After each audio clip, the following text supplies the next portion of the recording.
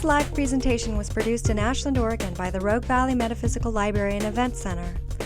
RVML relies on the support of our volunteers, members, and donors to organize and present these programs. For more information about this presentation, or to borrow, download, or purchase other recordings from our catalog, please visit our website at rvml.org.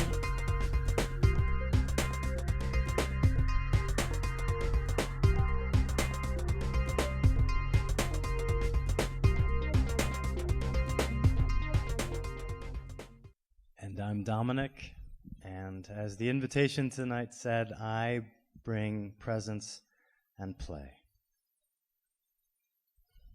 So welcome to the first night of the ReGeneration Dialogues.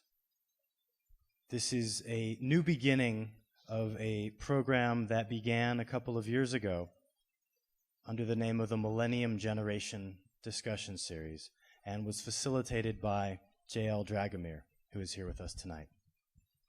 And I'm deeply grateful for what she began, what I am now able to help evolve, and what we together can truly create and bring forth into this community. The intention of this program has from its inception been to create a venue for young adults, for people of the emerging generation, to explore spirituality and consciousness and all the different ways that that comes forth. The beauty of this exploration, in my experience, is that the more we explore it, the more we begin to realize things. The more we evolve our understandings of it, the more we bring it into our being. And through that, the exploration changes. The questions shift. The perspective evolves. So in this second era of this program, things have evolved. So I want to give you a taste of what my calling is in holding space and in what my hope is in what we all can create together. The email invitation to this gathering tonight indicated, which I'm sure many of you are very present within your being, that there is a feeling of an acceleration right now. There is a feeling of things are getting better and better and worse, faster and faster. There is this great and glorious birth going on. There's so many amazing possibilities arising. We're really starting to get a handle on what's possible. At the same time, we have the accumulated consequences of civilization's way of inhabiting the planet. We've used 1 trillion barrels of oil. We've cut our native forests down. Choice, consequence. So we're reaching this wonderful place where everyone is being called forth to make a choice. And of course, not making a choice is very much a choice. So the hope of this program is that through exposure to really amazing ideas and new experiences, that we can connect to each other and become responsive and conscious with our choices. We can take that infinite, glorious potential of spirit, that bright, vibrant, shining light of creation that emanates from each of us, that potential for life. And we can bring all of that goodness into intimate and deep and relevant relationship to what's really going on right now on our planet. So that in our response, we can heal. In our healing, we can become more and more each day all that we could be. And we can do it building a bridge from where we really are. The journey of civilization, in my sort of simple understanding, is that there came a point early on where we imagined that our cleverness and our ability to use our cleverness to create tools and technology was a better option for how to create our lives than that which creation showed us, that which our ancestors, the people of all the tribes and clans who lived in a place for a long time, who lived of that place, and it was what gave them their nourishment. Civilization somehow imagined that we could do better with our cleverness, and then we found out we could use force. And through force, we could harvest ever more of the vibrant energy of life. The forests seemed endless. The rivers so full of fish you couldn't possibly imagine anything else being possible. The soils, as deep and rich and black as could be. They'll always give us food, won't they? And in using that force and getting better and better and more clever and better technologies and more powerful sources of energy, we figured out how to harvest more and more and more of that energy, of that life which had generated over eons. And in the moment, we felt so wealthy and so rich. Look at all that we have and the abundance and plenty. Now, after some years of telling this story to ourselves and to our children and to their children and living it to its fullest and grandest possible expression, we're finding that maybe there are things that we as civilization, in our assumptions about how the world worked, that weren't quite accurate. And thus we come to a place of consequences.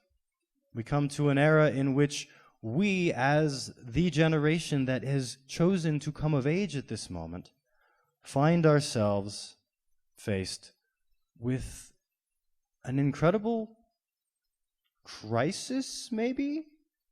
Opportunity, maybe. A choice. Who we are in relationship to all of this. How do we want to show up? What is the gift that this next generation brings, as each generation brings, which is the next evolution, the next expression? And because we are coming of age at a moment of such potency, there is a great potential in the choices that we make to create the world that our hearts are calling us to, or to simply not make those choices, allow the momentum to continue guiding our lives, and to then reap the harvest of consequence. It is not an easy challenge, but it's the one that we've all chosen to be here for. So in that potential to go from the way that we have all lived on the planet to the way that we could live on the planet, from the way that we imagine the world to the way that the world teaches us. Maybe if we looked to life as our teacher, in the way that many of our ancestors did, we could find a story that we could tell ourselves about ourselves, and we could tell our children about themselves and their children. And it would be a good story that could be told for as long as we could imagine. Maybe the energy of the dollar can't replace the energy of the sun. And if we reconnect to those cycles of life, and if we're willing to learn from how life creates such glorious abundance, that abundance upon which we have felt wealthy for a time, maybe then we can come back into those relationships, and that we, as the people who live here in this place, can find a new relationship to this place. Just as people all around the world are going to get to have the opportunity to look at who they're being where they live, to learn of that land, of what it tells them, and find a way to live where they are in a way that's really beautiful. In a way, the long journey is the simple journey. It's the disconnect that occurred from the planet. We went into our minds, we created a very complex civilization. Now we come to a place where we're called to reconnect to the planet. So that spirit and all the glory that we find in those realms that we can connect to truly comes through us into the planet. And that the story that our life tells the earth is a good story. It's one the earth likes. And that by becoming part of the planet once again, we can do what life does, which is create more life. So the hope of the ReGeneration Dialogues and all the things that may spin off from it and all those that may be in relationship to it is to explore these possibilities, to look at what is right now, honestly and fearlessly, or maybe with a little bit of fear, that healthy fear that gets you to act and moves you. It's all right, I'm getting up, it's time to do things. And we can take all that incredible potential and inspiration, the things that our ancestors and the indigenous teach us, the things that the salmon in the forest teach us, the things that civilization has learned, the technologies we've created, the incredible capacity that we have developed with our minds and our cleverness to manipulate the base molecules of creation and to build skyscrapers and space shuttles and nanotechnology, all kinds of crazy things that have so much potential. Yet the place from which we've designed them was the place of disconnect. And the way that we've applied them was not in the nicest way. So with all these incredible sources of inspiration to draw from, this program's intent is to create a platform for inspired young adults to come together, to connect to each other, and to explore what really is, all that is possible, and then to bring those into relationship so that we as the regeneration, as a generation that seeks to become that pulse of life, to heal the damage that's been done, and to realize the greater potential, can begin that step-by-step and moment-by-moment journey of truly becoming that. Not simply talking about it, though talking is fun, but learning to be that, learning to take the spirit, to learn how to think about the world from that place, to learn how to communicate from that place, to learn how to connect through our hearts and be in a resonant field together, and then to learn how to bring that all the way into our being so that we are truly living that story, and that in all of our relationships, that call of our heart is now the story that we tell. So this program is intended to be a way for us in this place to begin this journey. And because it's one of those journeys that everybody, everywhere in their own way is going to explore in some fashion, we're going to document our journey. We're going to use the technologies that we have access to capture the moments, to document the learnings, and to share them, to give away what we create so that others may receive it, in hopes that we can then learn from them as well as they start exploring with the people where they live, in the place where they are, how to create a healthy culture. The great question is, if we were a healthy culture and we were at a moment of crisis and opportunity, what might we do? And let's do that, so that you as an individual can become a whole being, and that we as a circle can learn how to be together in that way, and that we as a community can learn how to be together in that way. And we can do that with our place, where we live, with our water, with our soils and forests, so that a healthy human culture can emerge that is truly generative, that creates more life and more life and more art and more beauty and more knowledge and more wisdom, and that we can have that be the story that we as a generation choose to tell. That this is what we chose to do with our moments, when it was our now to come of age, when it was our turn to take the responsibility and the opportunity of being those who are now the young leaders. So we're at a moment of choice. It's break through into all that could be, or break down into what is based on what we've already chosen. What's clear is that humanity and civilization and America and Ashland and you cannot keep living the way that we've been living. So now we come to the choice, and we come together, and it's all there waiting for us to explore how we want to respond. So tonight, the response is to play and to move and to explore how to be together joyfully as ourselves, as the unique, one-of-a-kind being that you are. We thought we were separate in civilization, and now we're remembering that we're all one with each other in spirit and the planet. But that's just the beginning, because you're also one of a kind, the only you, this exquisite, unique creature. And it's that being that the world really needs right now, that the earth is calling forth. And as you become you, then we get to explore who we are together. And that's the journey we will, in simple form, begin tonight and continue in a great many ways in the weeks and months and years to come. This is the path that is before us, and I ask you to step upon it and walk with me hand in hand. Oh.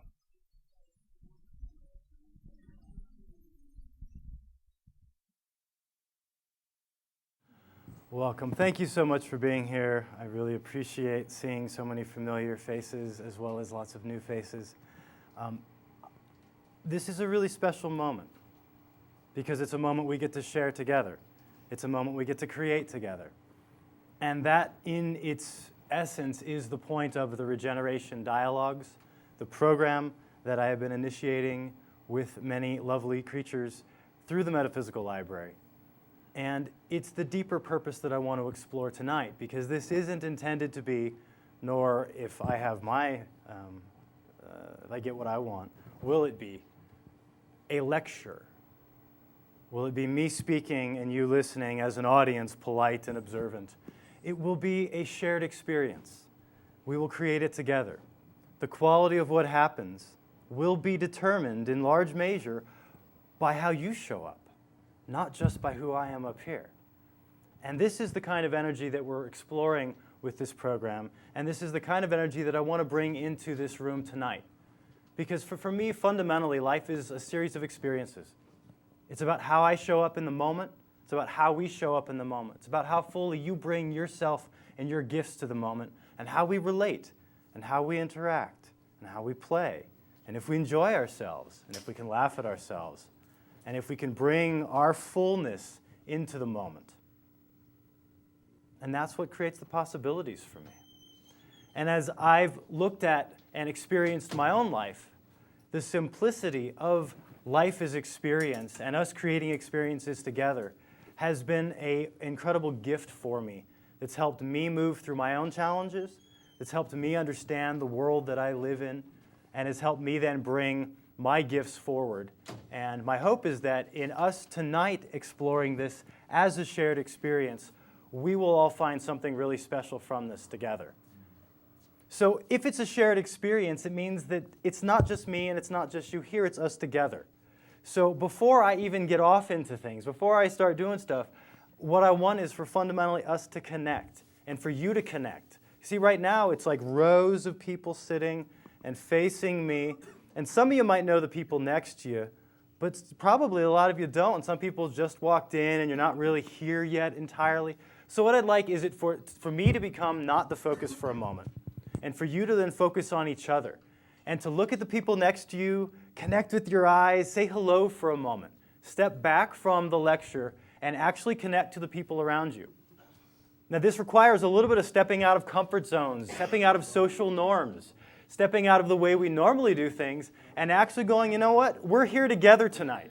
And the more fully we step into this, the greater the experience we're going to create. You see, now there's some momentum. People are open up. Wow.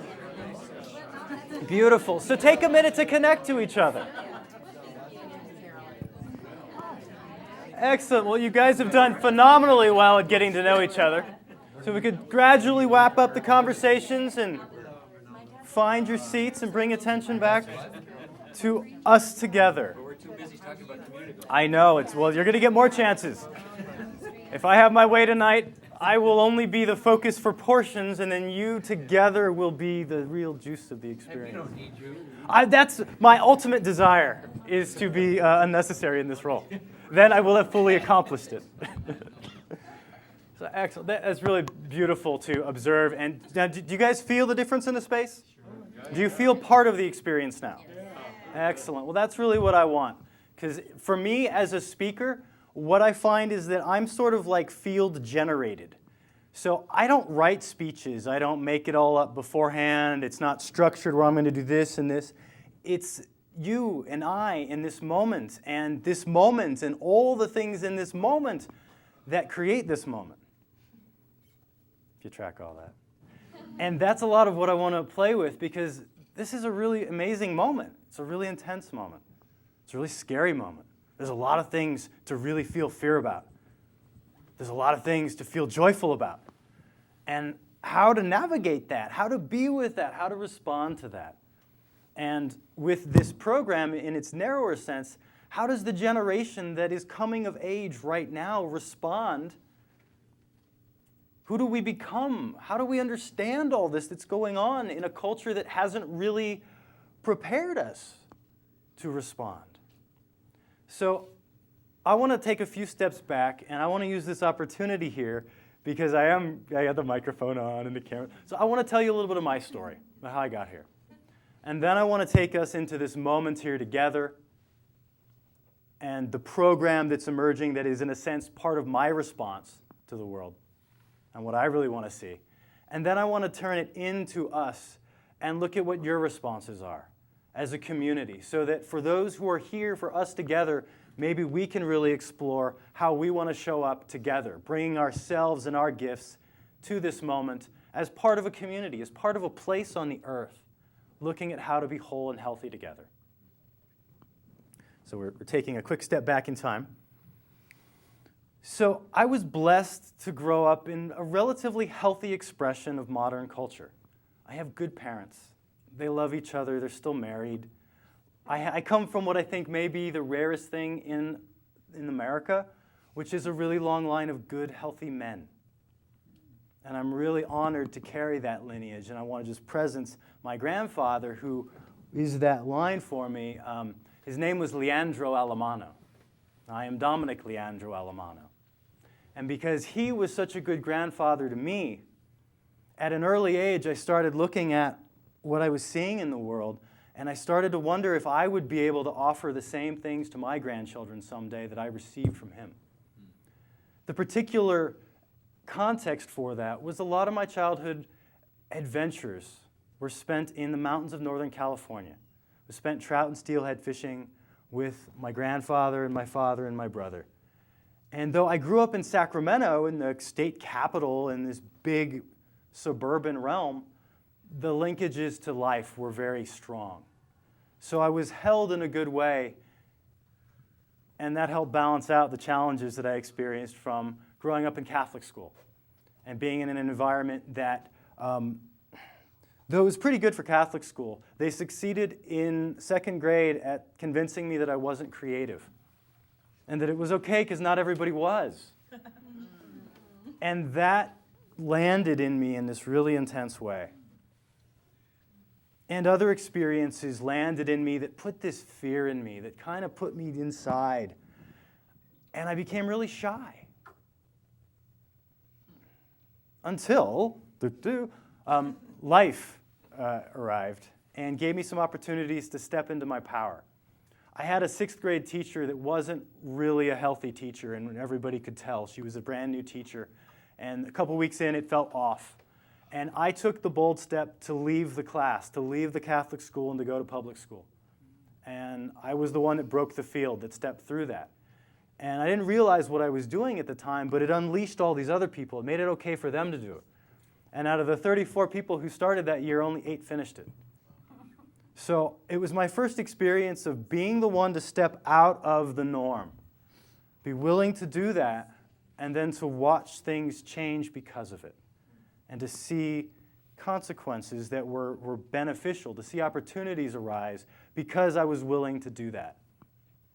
Soon thereafter, I came to what I would call an initiatory pace on my path.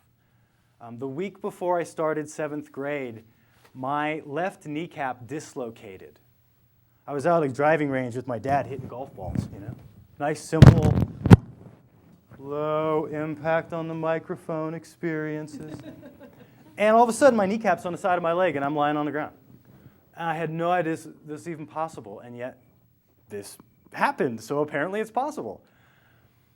What occurred was that this gift arrived that made it so that I couldn't be who I had thought I was going to be. Every time I tried to go back to the life I had been living, being the sort of scholar athlete, every time I tried to do the athlete part, I'd hurt myself again. And I spent my early teenage years, 12, 13, 14, 15, having a series of injuries in both of my knees, dislocating my shoulders, having full leg casts, braces, immobilizers. I had about 50 dislocations before I was 15. So I went from like normal kid, and I was full grown at 12, so I was this big, and I was just living, having a good life. Then all of a sudden, my body doesn't work anymore.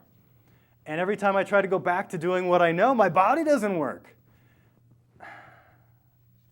So obviously, there's incredible physical trauma and pain that accompanies that. But the deeper level was the spiritual, was the internal, was the emotional, was the, what did I do? Why am I being cursed? Why does my body not work? All the other kids' bodies still work, and then here I am lying in an emergency room or lying there having surgery, and my mom whispering to me, God has a plan for you.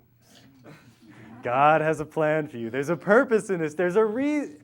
I'm like, okay, I'll trust in that. I don't know. This kind of sucks right now. It's all perfect, and I guess perfect sucks sometimes. So life came in, and it made the self that I knew myself as no longer an option. And every time I tried to go back and be the self that I knew, wasn't an option. So I opened to other possibilities. And what I did was I got involved in leadership. I took a side of me that had been dormant, but had occasionally, well, there's a little spark of something in there. Maybe that is something. I'll try that. So I got elected my junior class treasurer, the most like non-responsible job I could find that was still a way to do something. And just to see how that felt. Well, Spirit had a plan for me, like my mom had said. My mom really knew what was going on. A month into that role, I was a finalist to be on the State Board of Education in California as the student member of the state board. I was selected in the final 12 out of 500,000, I think, high school juniors in the state, something of that sort. And I don't really know how I wound up my application finding its way into the final 12, but it did. And so I got a chance to experience myself outside of my school, outside of the realm where I was the kid with the bad knees, and in the honors class I did this, and where all of these boxes held me in place. And I got to go into this new world where I didn't know anybody. I didn't even know me in that environment. I'd never been me like that. And I got to go see what would happen. So I went to this conference with the top student leaders in California for a week, and I got to experience, how do I fit in here? Do I make sense? And I did, apparently, because they liked me and they voted for me, and I got to go to the State Board of Education and get interviewed by them as one of the finalists before I was dropped. Which turned out to be a great blessing, because the organization that had invited me and had hosted the conference, the California Association of Student Councils, they had an opening that appeared on their state council. And because of my experience at the event, they came to me and invited me to be the lobbyist for the entire public school population of California. So I wound up, a month later, after being the finalist, being the State Governmental Affairs Director of the California Association of Student Councils, and being a part of this group of 25 students that ran the largest student-run organization that we were aware of in the world at that point. We did leadership conferences all over the state, worked with international groups, kids in Russia, and so I went into this whole new world. And there were two fundamental things that came through it. One was the power of experiential education to transform people, to change patterns, to see our relationships and the way we showed up in the moment. And that through small groups, through connection, through experience shared with facilitation to draw forth learning rather than put it in, people could totally transform themselves consciously. And we could do this for each other. So it really illuminated for me, as did the experiences with the other leaders, the possibilities that I had never known in my normal high school world. Now, I also, just for major, I went to one of the best public high schools in America. I got to go see all these other schools, and I realized, wow, if this is the best, what are we doing to ourselves? This isn't okay. Which one was it? It's called Rio Americano in Sacramento. So coming from what was the best, going to see all these other things, seeing the power to transform our lives, seeing what we could be together, really opened up in me so much that was possible that had not been evident. Now, at the same time, in the lobbyist role, I represented the public school kids at state level government. So I got to go and sit on boards and go to conferences, and I got to testify in the state senate, in the state assembly. I got to go meet with legislators. I got to be the student on a Teacher of the Year committee. I got to have a lot of very unusual experiences and get very deep inside the system. And I was mortified at what I found. It was really disturbing. Now, I had been the president of the Young Republicans at my high school. And then I get inside government, and I'm like, wow, everybody's a fraud. Nobody believes in what they talk about. And I got to see, in a sense, that the Democrats and the Republicans weren't really all that inspiring, that there wasn't really an option there. So this brings me to a place where I'm like 18 years old, and I've seen that the culture that I thought existed didn't exist, and something totally different exists, and it's not very inspiring. It's not the end of evolution. It's not like everything has ever happened has led up to this, and now we're who we are, and that's the way God intended it. Praise Jeebus in America, amen. That just couldn't hold it anymore. And also I saw how much was possible, how beautiful people were, and how much glorious possibility we held if we weren't being supported in it. So I set out on a journey to figure out who I was in the world, because the momentum where I would have been your congressman by now was broken. Hooray. Yeah. So this leads to college and no sense of what to do or where to go, no majors that inspire me, not really knowing how to find the other inspired people, but just doing the best I could in the midst of it. And all the while, my body deteriorating, my physical body getting weaker and weaker. Atrophy in my arms led to, I guess to give you the better sense, I have hypermobile ligaments. So all my ligaments are just a little bit loose. So my body does funny stuff. Some of it is just novelty versions. Other stuff really, really hurts. So I'll show you the one that's just cute. So I got to a physical bottom at about 20. I had no sense of what I was doing in school. There was nothing that inspired me. I was at the end of the momentum. And so I'm like, all right, there was supposed to be something more. I'm going downhill pretty quick physically, emotionally, psychologically. I was in a really dark place. I was very internal. And then I got what I asked for. I wanted to know if there was more going on. And what happened was my third eye opened up. Being recovering Catholic, I wasn't aware that I had a third eye.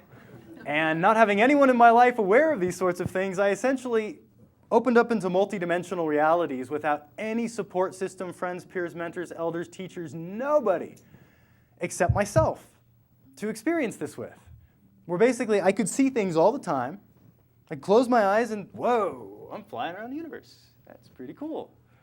How to make sense of all of this? How to bridge this, I'm part of a multidimensional universe. There's a lot going on here. There's no support system. There's no one to hold me. There's no one to help me understand what I'm experiencing. So the gift was that by having the experiential background in education, I could witness myself. I could be present with my own experience of waking up. And essentially, it was something on the order of like getting unjacked from the Matrix, where all of a sudden, I see patterns everywhere. I had to stop watching TV because I could decode the manipulation that was coming through each commercial. And I was obnoxious to be with because I would just sit there and tell my friends, well, they're doing this, and this is going on.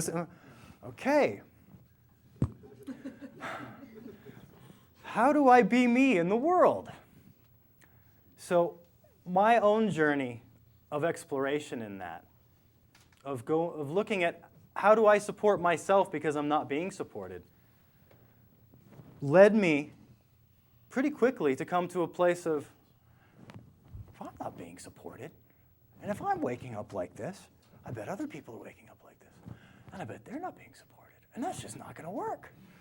That's just not okay. So my base motivation from a very early age is to be for others what nobody was for me. Was to break that pattern, to start something new. Because it wasn't okay. It just wasn't okay. And I knew what I was going through and the intensity of the experience of being unheld in that space, of being unsupported, of coming into a culture that itself was unable to support itself. You know, there's a sense that we all come from broken lineages here. We don't come from a 50,000-year-old wisdom tradition. We're all new at this. So I got to find myself be something like a child elder. I had to be all these roles for myself and then for others because I didn't know how to find the people to be that, and I could see the space that was unserved, and so I stepped into it as best I could. That's what actually led me to Ashland. As I was tuning in and things were just getting clear, a friend brought me a book from one of the spiritual authors that lives in Ashland. And I was like, look, that's exactly what you were just saying yesterday, and I highlight this, and that's what you were saying yesterday, and this. I'm like, oh. So there's a reflection in the culture. There's something going on that is reflecting where I'm coming to. So long story short, I come up to Ashland to an educational conference. I meet these wonderful people in Ashland, and I wind up getting involved with a summer camp for spiritually awakening teenagers and young adults. And that's what got me to this community, and for 4 years I got a chance to do, for a 2-week stretch each summer, what my heart had been yearning for and had been calling me towards, which was to help put together an environment, an event, to create opportunities for young people who are waking up to be supported, to be reflected, to have peers, to have others who are waking up at the same time and are asking the same questions, to have mentors, to have people a few years older than them who've walked that path that they're on right now and can actually offer them some real wisdom derived from their own experience, and to find those who are genuinely ready to be elders to come hold space together.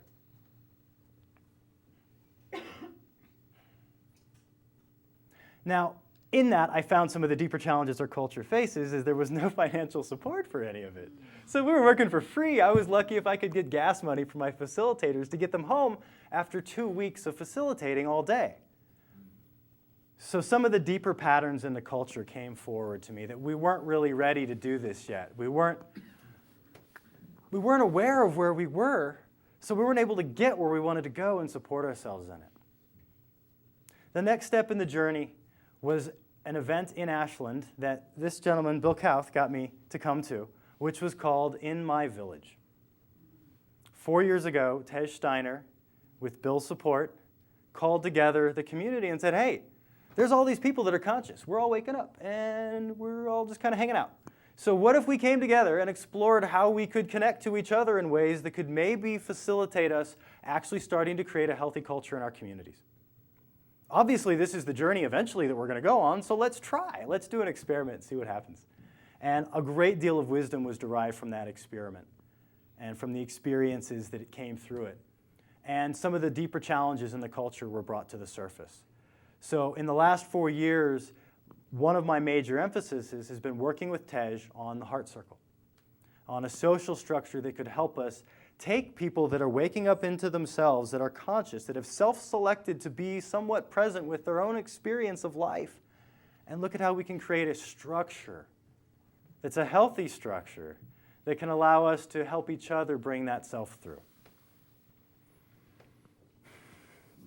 As it became clear the possibilities of this structure and of this space of rather than here's an answer to our challenges, here's a way that we can find answers together for each other.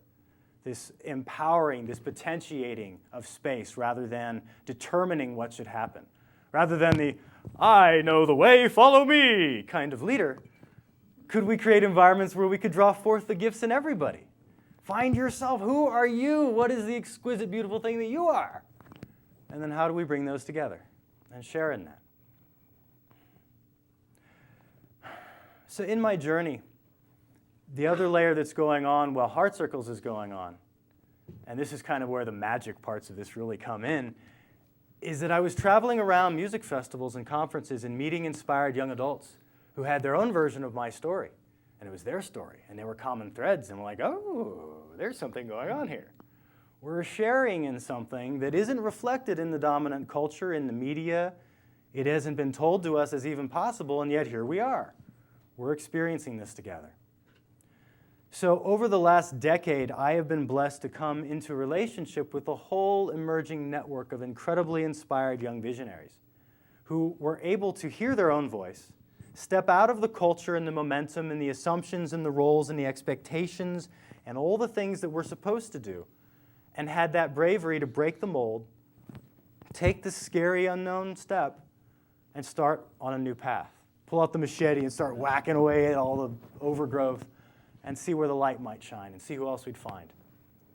In that journey, I've come together with an incredible network of incredibly inspired beings that are like the most delicious creatures you could ever want to meet, because they're themselves. That's all. They have found who they are, and they are bringing that self forth into the world. And being yourself is inherently joyful. It's incredible. And when someone is themselves, it draws out other beings being themselves. So even though there's all this stuff that we're in, this story and culture and drama, there's this simplicity of the beauty of being together. And so we were able to create environments together in the mountains for a weekend, under a full moon, where we could create our own culture. We could bring music and art and food and dance together. And we could see that we were capable of creating a new self in this environment, generatively giving our gifts to each other, and creating something that was essentially wholly new from anything that we had known was possible. So it validated this principle that we're capable of recreating culture, that we're capable of recreating ourselves, that who I think I am is only part of the story. I'm capable of being so much else, and so are you. And as we find that together, there's something that emerges from all of us that is the real magic. So in this whole long journey, all these threads have sort of come together to now. There's all these inspired young beings who are really looking at bringing forth their full power service into the world, and being for all of our peers, for the ones younger than us, and in our larger community, what nobody was for us. Renewing that, holding a focus on the possibility. And then we've now been connecting to all these other people in the community, like yourselves, that are waking up to these dynamics, that are looking at the world of politics and economics, looking at the environment, looking at energy and going, wow, this is really a mess we've created for ourselves. This is a whole, how do you navigate this? So I've been playing with, amidst all of this, my own experience of it, and then sharing that in these different environments. And over the last few months, I've been able to have experiences to bring it all together. My peers have created a network in the Northwest where we've brought other social artists, other space holders in our community together to look at who we've been in our communities. Look at what worked and what didn't work. Look at the common sets of inspiration, common sets of challenges, and to look at who we can become together. This has been incredible to begin like the next layer of the conversation, to find out where is this all going as we come together with these perfect reflections of ourselves that bring really unique gifts to the space. This then has been able to go and to connect into this larger emerging culture all over the planet, where I've been able to go and to take some of my friends and to meet new friends at gathering of inspired people from all over the world, young and old, coming together from their point of perspective with their gifts, looking at how do we respond as a whole, together, here, now, in this moment, or the next moment, or the next moment, whatever one you want, but how do you want to actually respond together? And that's what this program becomes for me, has been the chance to start to really root down here, to step out of the networks that have been coming together, now that they've come together, and to become a grid point for those networks into this community and into this region. To start bringing down the best of what we found in these meta networks that have been having conversations on every thread and layer possible, and to synthesize that to start bringing it down to the ground, so that we as a community can start to respond, can start to create. So the simple premise that the ReGeneration Dialogues, as part of the bigger ReGeneration Project, is coming from is that the way we've been living fundamentally on the planet as civilized humans is not viable. Period. And that means it can't go on. That means we're going to have to create something entirely new. That means we get to create something entirely new. You know, because there's a sense right now, particularly, I think people are feeling that this isn't what we were told it was going to be. Where's my hover car? Where's my peace dividend? Where's all my free time that technology was supposed to give me so that I could live and create? Where'd all that go? We work harder than anybody who's ever lived on the planet. Is this joyful? Is this all we're capable of? Now, thankfully, I knew the answer because I'd seen it. I'd seen what we could do. So what I'm wanting to do in the community and what I'm speaking to when I go other places right now is coming to presence together. We've created a situation and we're inheriting a situation. Like every choice that's ever been made, all of it together has created this moment. We've been interacting with the planet in ways that have devastated the systems that we're dependent on. But we're now dependent on those systems that have been devastating the planet. So it's a really funny situation. Our survival relationships are wired into a non-viable culture, which is then itself embedded in a biosphere. This is challenging for how do you do this? How do you deal with survival and patterns that are based on that? And self-identity that's based on your way of making enough money in the culture by doing something that the culture, the system that's killing the planet, values. And the survival piece takes almost all of our time up. So myself and my peers that have sort of been on the edges have been trying to hold space to do the things that needed to be done and then find ways to survive. Because the circle hasn't really been held for us, as it wasn't held for those who've come before us. So what I've found in all this is that as a culture, the way that we're organized is the problem. And for us to respond with the full potential that we carry, we're going to have to organize ourselves in an entirely new way. We're going to have to find, who are you? Who is that in there? It isn't the you that's been doing the things you did that worked in this last era. But who's the you that's going to come forth that's going to do what we need to do right now? And it's going to work in this era we're moving into. There's a great word that, for me, summarizes part of the dynamic that we're living in with this birth of a new culture and death of an old culture. And it's discontinuity. The things that are really familiar, the way that they've always been, the stuff that worked in the kind of post-World War II America as the hub of the world empire environment, the conditions that allowed that to exist, the options for which the system and our relationships and the global economy and our civilization have been optimized, are no longer options. That's really complicated. That's a lot of different complicated layers of economy and energy and food systems and ecology and social systems and governance and technology, all interwoven to create this really complex thing that can't work, that we're dependent on. And feeling into that, in my experience, is more than an individual can really do on their own. I know this because I've been largely doing it on my own for a lot of my life. Thankfully, that's really changing these days. And what I found for myself was something I later learned was a practice the Tibetans called crazy wisdom. It's the ability to look at the heart of darkness, to understand it, to see where suffering truly comes from, but to remain in joy. So by understanding it, I can respond to it. By being present with what is, I can then bring forth what could be and actually build a bridge that can get us there. But I wouldn't recommend it for others. It's not a healthy way to do it. I don't want to do what I've done. What I want to do is come together and look at how we can hold space together to feel our feelings around this moment as the full generational continuum to whom it has come to respond. The crisis is guaranteed. We've already created that part of it. It's already there. The question is, do we turn the crisis into opportunity? Now, looking out over the horizon at the whole world situation right now and all the flashpoints and the dollar dissolving and militaries pointing weapons at each other, there's all these choices that have come.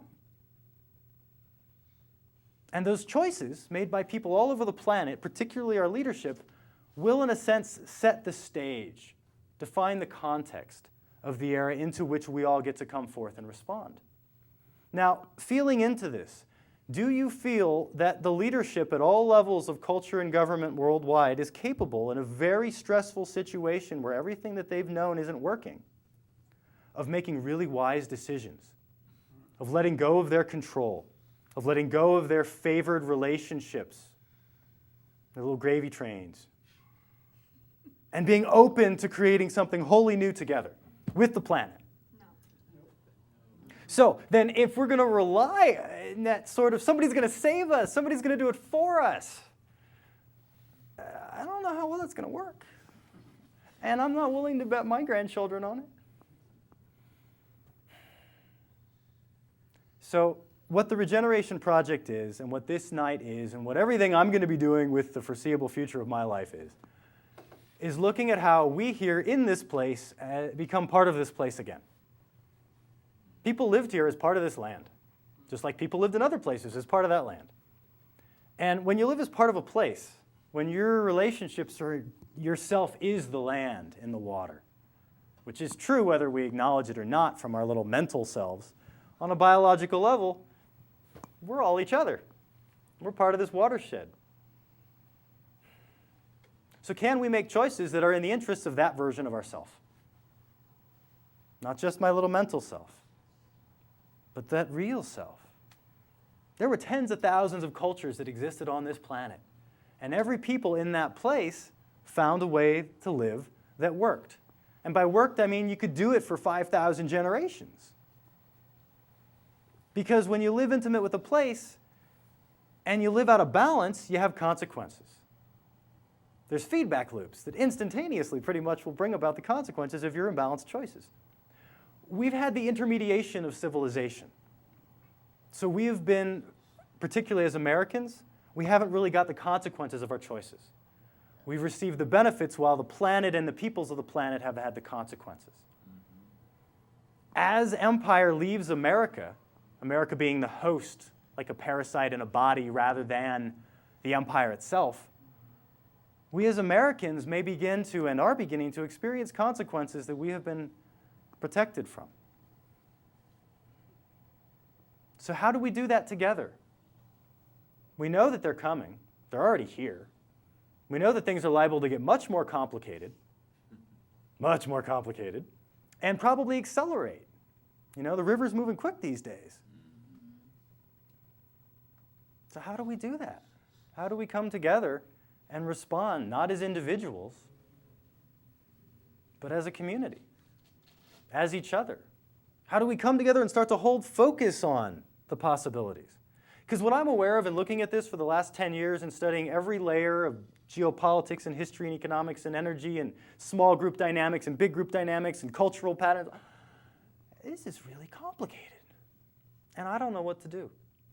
And I don't see anybody else that knows what to do. And anybody who tells me they know what to do, I probably don't want to trust. Anybody who has an answer that's a simple solution to this is probably selling something. So rather than coming at it like that there's solutions, I don't believe there's solutions right now. I think we're way past that point. 20, 30, 40, 50, 60, 100 years ago, we had a lot of options for ways to change the course. We got a lot of consequences right now. And I feel that consequences are sacred. They're essential. We've been denied consequences, and that's allowed us to get very far from ourselves. Consequences are coming. Consequences are here. So rather than have an answer, what I want to explore, what this program is about exploring, and what I hope we as a community tonight and ongoing can do, is feel into our own feelings about this moment right now and look at what we want. Look at how we want to respond. Look at what we're capable of together. Look at what happens if we hold focus, meaning day to day to day to day. This becomes a part of our life, is not having an answer, but exploring how we might respond, looking at where answers might come from. I know that together we're capable of this. I absolutely know this. I feel this in the deepest parts of my being, and it's right on the surface now even. I know we can do this. I know we get to do this. I know we have to do this. We can explore it however we want, but there it is. Change is here. The way we're living isn't viable. We're capable of so much more. And how do we balance all this? How do we midwife our own rebirth? Not just as individuals, but as a culture. Because, when it comes down to it, we get to become a new species of humans. The way that we've related to ourselves in the planet as a species level is not viable. So we get to become a mature part of the planet. And we get to do that here. Because other people, they're going to do it where they live. And we can be in relationship and talk and communicate and share and all kinds of things. But we're going to have to be here as a part of this place. And within that, there's everything from the little bitty babies, and how do you do things for them, all the way to the young, inspired generation coming of age, all the way to my beloved boomers who are becoming elders and aren't quite sure how to do that. So I'm emerging as one of the leaders right now, and I'm trying to figure that out, and you're all emerging as boomers who are becoming elders, and how do we find ourselves together? This whole culture, this whole continuum. And look at what, if we were a healthy culture, what would we do right now? That's the question. And there's so many levels on which we can explore that. There's so many things that are right now opportunities that at some point very soon choices will be made that will set events in motion, and those opportunities will no longer be there. There'll be a different set of options, somewhat narrower. But right now, we still have all this momentum. We still have all this financial wealth built up in the system. Now, anybody who's looked at what the dollar is doing, or the debt levels in America, or our relationship to the world, knows that fundamentally the era of the dollar is over. The psychology has changed, and we're now having to come to account for the gazillion dollars in debt that we have in this system, and the lack of really any productive economy anymore. Whoa, that's going to be interesting. So we're inheriting like a gazillion dollars in debt, and we have very little capacity to generate. We don't have the factories anymore, and our soils are dead, and our people are consumers. They don't really know how to do much anymore. And we don't know how to live on the planet. We're a bunch of 2-year-olds that are totally dependent for everything upon a system that's killing us and the planet. Again, this is complicated. But this is where we are. So what I want from the second part of tonight, after we take a break, is to gather together and to mix the generations in here and to feel into what it feels like to be present together to this moment in all of it, and to share that. And then to look at, from you as an individual, as part of this emerging whole, what do you want? Both what do you want to feel from your community? What do you want to see happening? And what do you want to bring? What do you want to give? What part of you yearns to come forth as this healthy you? Because all of our relationships, for the most part, are still embedded in empire, still feeding and nourishing empire. Your money sits in a bank. The bank uses it with leverage and stock market and all these things to amplify that money to do the things in the world that you then try to change with your day-to-day actions. We're dependent on these systems, so we got to create new systems. Nobody's really done this on this scale before. So can we be bold and step into this knowing that this is the path? And when we're bold, great forces will come to your aid. And be humble. I don't know what to do! And I'm okay with that. And I feel good about that. Because I know I can figure it out with you. And if we learn how to support each other and to free up more and more and more of our life, creative energy and passion from survival, and put it into service, put it into sort of metaphorically building soil increase the capacity of this place and us as the people of this place to sustain life and to adapt and respond to unforeseeable circumstances. There's no way to know what's going to happen. It's being created as we go. Everything from like highly probable world war and depression to a great global awakening and everyone comes together and we all wake up all at once. And then we're still dependent on all the systems and we still don't know how to even do any of this stuff. So even if we all woke up today, we'd still have to learn to be new in the world. We'd have to change all the systems that we've created. We'd have to respond to all the trauma that we've laid upon the earth. So can we build the soil here? Can we rebuild our ecosystems? Can we rebuild our food system? Can we become vibrant and intimate with each other and bring our gifts together in a way that is generative? Because see, now this is something I've been looking at. I think there's this portal that we're trying to step across that we haven't quite been able to yet. And because I think it's a group field. I think we can only do it together. Whenever two or more are gathered, that stuff. I can find out who I am and find this awakened me in my mind, and I can learn how to talk, and I can connect and resonate. But until it's in my biological level of relationships, until I'm met by others who found themselves and can come together and find out who are we together, it's not really embodied. So there's like this threshold, this energetic chasm between who we are, dissolving the old self, healing the wounds of the civilization and our old selves, to finding each other in that place of possibility, and then holding hands and sort of stepping across this chasm. Because right now, when I look at the eco-social, spiritual, visionary cultures and movements, what I see more than anything is people that are learning how to be less bad. It's framed as like we can reduce the rate at which we're killing ourselves, and then that's victory. We've been down for so long, we don't know which way's up. And so fundamentally, I'm coming to this with the sense that as a part of life, as a part of a biological system, I'm capable of being in relationship to that biological system in a way that is generative. Life creates more life.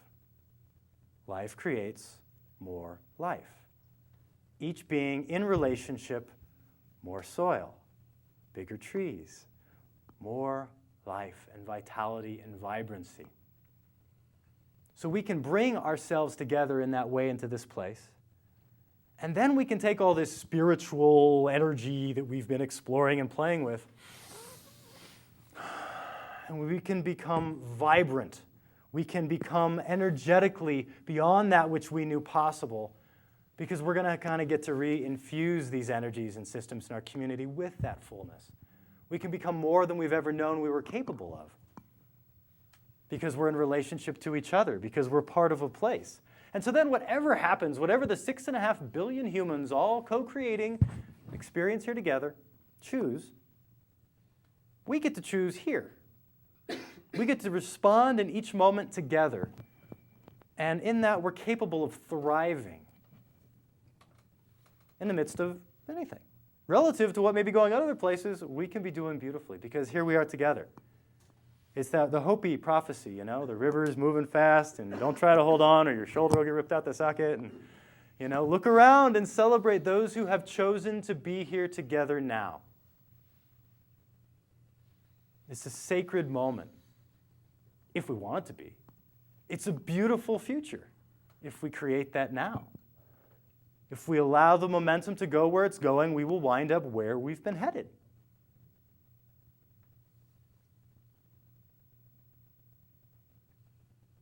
So together, here, let's create a new path. Let's go somewhere that's a beautiful story, so that we can start a new tradition of wisdom from our own experiences by learning from the consequences of our choices together, and then sharing that with our children. And so someday, in the reasonably near future, I can be sitting on a creek with my grandkids, with wild trout, salmon, and steelhead once again in the rivers, and I can be for them the simple, beautiful things that my grandfather was for me.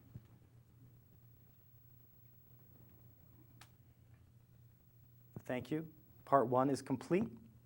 We'll take a 10-minute break. We'll come back in, and then we'll get into, maybe even we'll create something of a circle, and we'll explore what we want to do together. Thank you. RVML Resource Center is a volunteer-operated federal 501c3 tax-exempt nonprofit organization. RVML is dedicated to providing easy access to a comprehensive collection of information on a variety of metaphysical, spiritual, and personal development subjects. RVML accepts and appreciates all donations. Material and monetary contributions are fully tax-deductible. This recording is not copyrighted, and permission is granted to broadcast, exhibit, or duplicate all or part of this program for non-commercial educational purposes. This live presentation was organized and presented by the Rogue Valley Metaphysical Library and Event Center. For more information, please visit rvml.org.